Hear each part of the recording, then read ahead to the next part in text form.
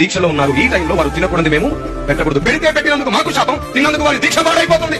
మేము పెట్టమన్నాడు. అయితే బాప్తిస్మం ద్వారా మేము జీవితకాలం దీక్షలో ఉన్నాము. అయ్యప్ప స్వాములు కాళ్ళకి చెప్పులు లేకుండా మిట్ట మధ్యాహ్నం వేళ ఎండలో నడుచుకుంటూ పోతారు. ముఖ్యంగా సంసార సుఖాలకి, సంసార జీవితానికి దూరంగా ఉంటారు. ఎదుటి మనిషిని స్వామి అని తప్ప పేర్లతో కూడా సంబోధించరు.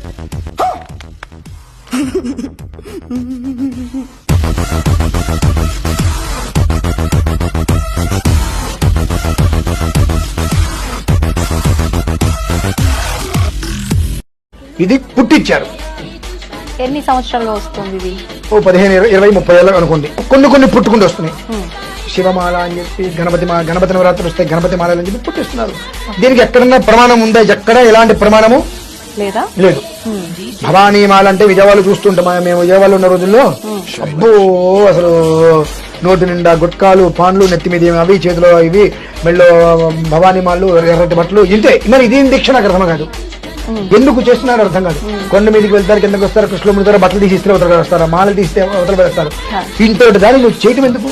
అంటే ఇదంతయు కూడా కేవలం వ్యాపారం కోసం పుట్టించింది.